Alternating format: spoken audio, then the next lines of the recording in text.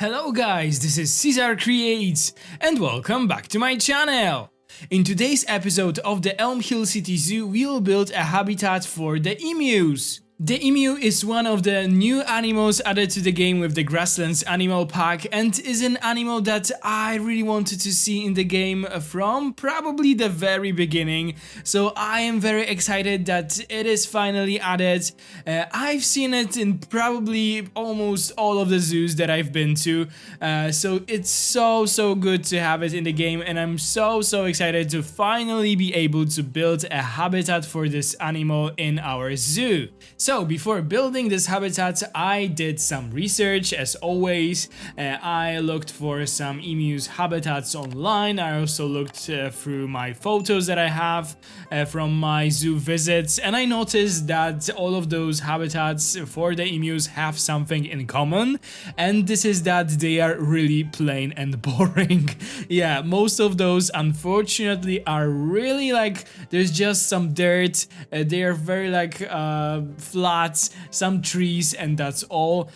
Some mesh fence, and of course I didn't want to build that. I know that maybe it would be more realistic to go for something like that. I think that the only zoo that I found that had like a more like nicer, we made a more effort sort of like habitat was the Miami Zoo. But yeah, I didn't want to do that. I wanted to build something more nice for those guys because I think that they deserve a really nice habitat. So today you will see what I came up with. This is my creation. This wasn't inspired by anything, and I must say that I really like it, although it feels a bit like too fancy for an emu, but let's just say that our zoo takes a great care about those large birds and wanted to have really something special for them.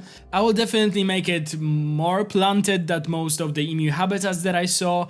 I saw some that had a lot of different grasses, even tall grasses, so this is definitely something that I went for. So in the front of the habitat there won't be any fence, there will be just this wall that you guys could see me creating at the beginning of the video. I wanted the guest again to have a really nice view inside of the enclosure without, you know, looking through any mesh or anything, so I was able to achieve that by lowering the habitat a bit, and then we added this like retaining wall, and I made sure that it is high enough so those birds won't be able to escape. The emus definitely cannot fly, but they can jump pretty high. This is what I read, and I made it like almost 2 meters to make sure that they wouldn't be able to escape.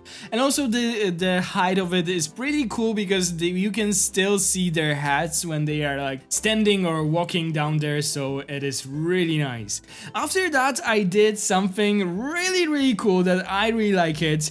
I remembered that there was this little chain added to the game with the new Grasslands pack. This is a chain that is supposed to be used in the butterfly houses, butterfly walkthrough exhibits to, you know, hang those baskets with the flowers, but I decided to use it as a guest fence to prevent the guests from, you know, falling down into this exhibit. So I used like 3 pieces of this chain. I tilted them a bit so it looks like this chain is a bit like hanging, is like too straight, and I added those like cables from the Euro pack as a poles. Unfortunately I was looking for a very small piece to like do like something that would attach the chain to those poles, but I couldn't find anything that small that wouldn't be sticking out or something, so I just left it how it was. But yeah, I must say that I really like this fence, and I will definitely be using more of the small chain in the future because I think it looks really nice and really like realistic. And also it's a pity that we cannot change the color of this fence, of this chain link, sorry, because I would love to have it, for example, in a green color and in a black color or something like that. By the way, sorry if I am lisping a bit today in this video. I had my wisdom tooth removed today in the morning. I am recording this in the evening, so I am several hours after this procedure. I am in a little bit of pain, but I really wanted to record this video for you guys today. I had a free evening, so I had time. I am doing this slowly, taking breaks, not pushing myself, but yeah, even after, you know, several painkillers, I can still feel that. This is my third one removed. I have one more to go, so I already know what I'm dealing with. But yeah, enough about my teeth. Let's focus on the video. So after being done with this chain fence, I added some plants to this front section. I also added some of the decals on the edge, so it kind of looks like the dirt and the I don't know, plants are overgrowing this wall a little bit, so it looks more like not so clean, a bit more like generic and so on. And after that, as you guys can see right now, I went on to do my custom fence for this habitat. Before I also did some terraforming and stuff, but yeah, after that I did a fence, and I must say a lot of you guys ask me what I do to make those habitats realistic, to make them look better and so on. And one of the things that I think that just brings the habitats to the next level are the custom fences. Don't get me wrong, I really like the design of the in-game fences, like barriers. I'm using them quite a lot in my builds, but if you really want to go there and if you really want to build something hyper realistic, I would recommend to look at the fences at your local zoos, look at fences online, and try to recreate that, because this is one thing that really works for me and what basically elevates my builds a little bit. The other thing, of course, is foliage, rocks and stuff like that, the different terrain levels, but the fences are definitely super important. And in here I just created something that I saw in Berlin, I think, or in other zoo. I didn't even use any photo reference, I just went for it and I created something like that, and I must say that I really like it. It took a little bit of adjusting, but I didn't show it on the video because, of course, I didn't want to make it too long. So after being done with the fence, I went on to adding some enrichment items and food bowls and stuff like that. It's always good to add those things before you will start adding details to your habitats, because placing them a lot of times it just messes up your terrain work. It covers I don't know, foliage and stuff like that, because simply the enrichment items, they flatten the terrain around them when you place it, so you have to fix that after they are being placed. But also you could see me adding this forage box enrichment item and covering it with some terrain. It is still working, and I have always so many questions about that, how I do it. All you need to do is go to your settings and disable the terrain collision, and by doing so you'll be able to manipulate the terrain around the enrichment items, barriers and stuff like that. So it is definitely very useful if you would like to hide those ugly corners of those enrichment items. The animals will still be able to use it. After adding the enrichment items, I added some of the things that we already had in some other habitats, and I sort of reused them. I hope you guys are not mad at me that I didn't show you how I create those. I just thought that if we have those and I am able to save some time for building those things, then why not? So I use those terrain ledges from the red fox habitat, and I also use those rock formations with some grasses in between them from the maned wolf habitat. I of course will alter them a bit to fit more into our exhibit. I will use different plants a bit in here, so I deleted some of the plants from there. And after that I added some trees to this habitat, not too many, just several of them. I didn't want to make it too shadowy. I still wanted to have a lot of sun in this habitat and make it look more like a grassland, because this is an animal from from the Grasslands animal pack, so it makes sense to me. You also could see me creating this small tree guard. This is what I saw in one of the emu's habitats. I don't remember when, where, in what zoo, but the smaller trees that were growing in the emu habitat still had some tree guards, although the emu probably doesn't eat a tree bark or won't destroy a tree bark. I think that this is just protecting the smaller trees from being knocked over by the emus or something, so that they have a little of this protection to be able to grow out in the habitat. So this is what I did, and also after that I went on to adding tons and tons of different details to this habitat. So you see me adding those small rocks from my Habitat Essentials blueprint, some dead trees, and also, of course, a lot of plants. We'll be focusing here on adding a lot of grasses, mostly this buffalo grass. I think this is the new grass from the Grasslands animal pack, so this habitat will be very green. Emus are omnivores, and I read that they eat grasses, but they prefer the younger ones, I don't know, leaves of the grasses, and also grass seeds over like the more mature, I don't know, pieces of grass. I don't know how to call it. So yeah, the grass has some possibility of surviving in the emu habitat. The thing that definitely is a danger to the grass is just stomping. The emus are very active in their habitats. They don't like stand in one place or just lie down and lay their whole day. They are constantly like strolling, going around their habitat, exploring, looking, and so on. So they often have those like pacing trails inside of the habitats, because they have those paths that they walk around and so on, and this is how those pacing trails are basically created, because they are stomping on the grass and the grass dies in those places. So this is definitely something that I went for in here, and I definitely won't show you planting the entire habitat here in this video. I will just do like half of it, or even not half, and I will skip that, because this is basically the same thing over and over again. Oh my god, you guys, like, what is just happening right now? Like, what? My phone was like lighting up a lot next to me, and while I was recording this, and I just took my phone. I thought that someone is, you know, texting me, and I am looking at my phone, and I have a notification that Planet Zoo tagged me in a post while recording this voiceover. So let me, like, give me a second. I need to see what it's all about. I am very surprised. Okay, sorry, I am back. Of course, you didn't have to wait, but I had to stop the recording of the voiceover to see what it was all about. And yeah, in fact, Planet Zoo just shared everywhere on their socials. I saw it on Instagram, on Twitter, and on Facebook. My tropical diorama as a creator spotlight. So it is so amazing to see.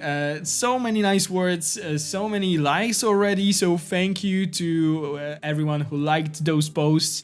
And it's so cool.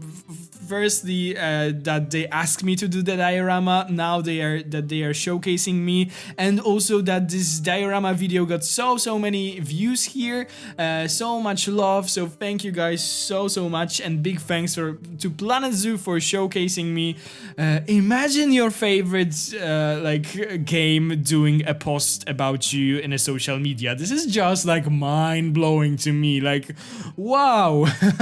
Thank you, Planet Zoo, so much. Like, oh my god. And it's so cool that it just happened during this, you know, recording this voiceover for you guys. Like, you were the witnesses of that happening. So huge thanks to Planet Zoo one more time. And you guys, it would mean a world to me if you could go and like those posts for me. You would also see my reactions to those with tons of different emojis, hearts, and so on. I got so excited. I know that it is so lame or boomer or however you want to call it, how the kids these days call it, to use too many emojis these days. The Gen Z, they only use 3 of them, like the black heart, white heart, there is sparkles or anything, but I am the millennial at heart. And you guys, we invented emojis, we just were the ones who started to use them, and I love my emojis, so I will always be using tons of them. I am expressing every of my emotion with emoji, so I have a list of my favorites and I am sticking to that, and I am not sorry about that. And actually, why there's no emu emoji or ostrich emoji? I think that they should add them, definitely. Those are such cool animals and they don't have their own emojis, like come on. Oh my god, this Planet Zoo post really made my day. I have a really nice humor right now. Even with my tooth removed today, I am still laughing a lot. I don't think that they gave me any laughing gas or anything, as far as I am concerned.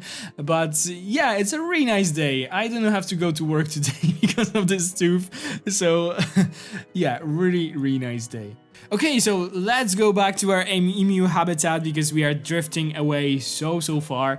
So as you guys can see, I am done with the foliage part, and right now I'm working on the holding pen for those guys. So we added gates in our fence, but what I also wanted to tell you guys about the foliage is something that I am using quite a lot recently, and it is a really nice tip for you guys, so I wanted to share it. I actually think that I learned it from Leader and Zoof, who both did that for our Valby City Zoo collaboration. They are just combining the plants, the smaller plants, into like bigger bushes or clutches or something like that, and they are slightly rotating those plants so it looks more like bushy, generic, and also the sun hits those plants in like a bit different angles and it looks so nice. So I started to do it as well, and you guys could see me using it with those pea shrubs, I think,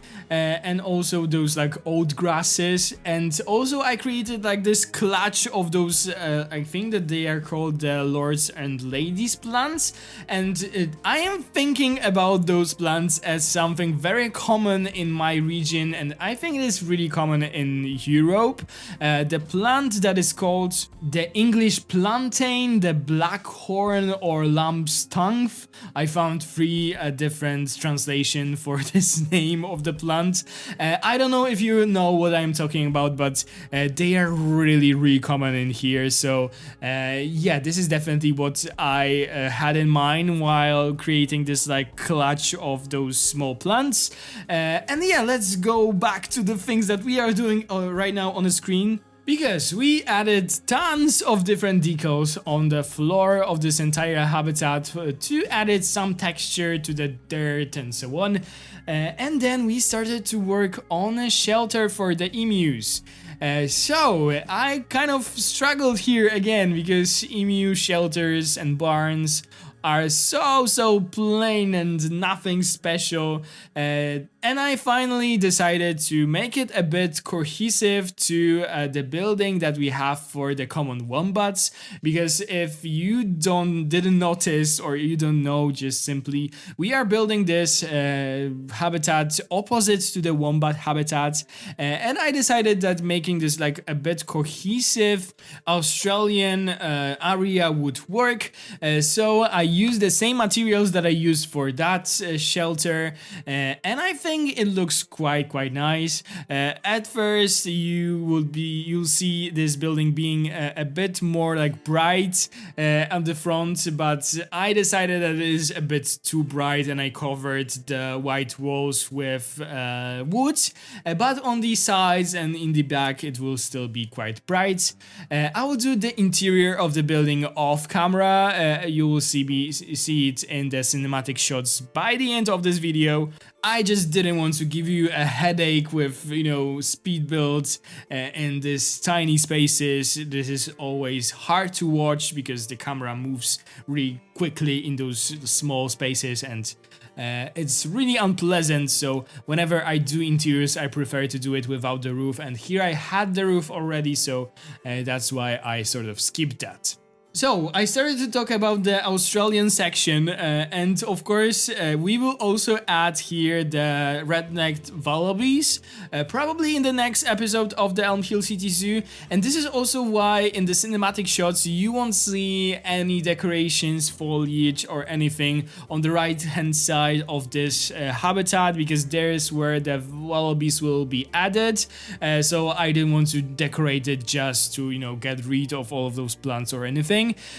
So yeah, this is the plan for the near future. And also I did something really nice on the left side of the habitats off the camera. After I finished building that, I thought about adding some plants only to this area, but then I decided, you know, we don't have anything for the guests in this park. We are just adding habitats, we are just doing a lot of habitats. Some of you actually commented under my tour video that this zoo lacks a bit of, you know, guest facilities, restaurants and so on. And we definitely will add them, but I think that we'll add them at the end, because I don't want to, you know, waste the piece count right now when the game is working, when the zoo is like, you know, really good when it comes to the FPS for building restaurants where we have so many different animals still to add. But here I decided to make a little exception, and I added like a small picnic area for the guests. So there'll be 2 benches in this really like cute corner surrounded by different foliage, and from this space, this area, the guests can still see a bit of the emu habitat. So it looks so cool. You of course will see it in the cinematic shots by the end of the video. So while we are still working on this shelter, let me give you guys some fun facts about the emu. Emus are endemic to Australia, where they are the largest native bird, and they are the second largest birds in the world after the 2 ostrich species in Africa. For such a big bird, their wings are surprisingly tiny. Without the need for flight, the emu wings have been reduced to less than 20 centimeters, or about the size of a human hand. Emus can run up to 50 kilometers per hour. They also have an impressive vertical leap, which can quickly carry the large bird up to 2.10 meters off the ground. They only enter the water when necessary, but they are reportedly very strong swimmers. Unlike many of the other bird species, female emus are the ones who compete for the access to males, and the males are the ones who build the nests. Once the pair has mated, the female lays a clutch of eggs in the male's nest over several days.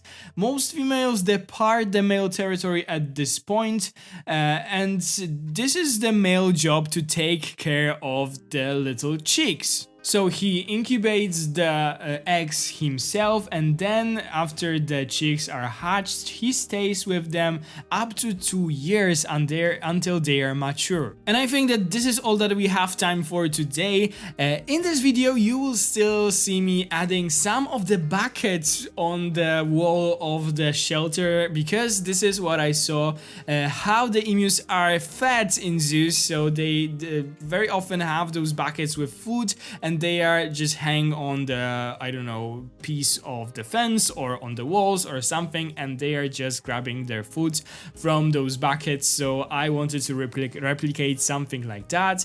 Okay guys, this is all that I have for you in today's video. I hope you enjoyed our little emu habitat. Stay tuned till the cinematic shots by the end of this video. If you enjoyed today's video, please consider to click the subscribe button if you haven't already. This is the best way of supporting the channel, so if you'd like to help me out a bit, definitely click that button. This is completely free, just to let you know if you didn't know it. Also, ring the bell if you want to be notified every time I upload a new video. Give this video a big thumbs up if you enjoyed it, and of course leave me a nice comment down below. I would really love to hear your thoughts about this habitat. And of course, as always, you can support the channel by clicking the join button down below. Thank you guys so much for watching. Have a wonderful day, and I'll see you in the next one. Bye guys!